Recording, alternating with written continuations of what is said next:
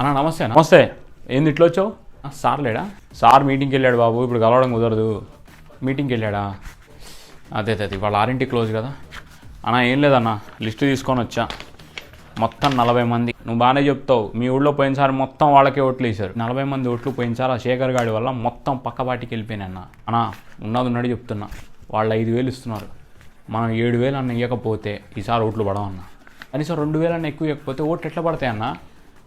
ఇట్లా చేసే పోయినసారి అన్నకు పవర్ పోయి 5 ఏళ్ల నుంచి ఎదురు చూస్తున్నాం మనం అన్నా. ఉన్న మాట చెప్తున్నా, వాళ్ళు 10,000 అయిన ఇష్టట్టున్నారు. నేను ఊళ్ళో ఆల్రెడీ మొత్తం మాట్లాడి ఫైనల్ చేసి వచ్చా. వీరికే 40 ఓట్లు. ఈ 40 మంది ఇంకో 100 మందిని మారుస్తారన్నా. నేను సార్తో మాట్లాడి చెప్తాను, ఊళ్ళో మాట్లాడు, ఎంత కావాలో అంత ఇద్దాం, ఓట్లు మాత్రం మనకే పడాలి. మరిది ఓకే అన్న, ఓకే 4,000 వాళ్ళ దగ్గర తీసుకొని 4,000 వాళ్ళకి ఇస్తే నాకేంద్ర వచ్చేది? ఓటుకి 7,000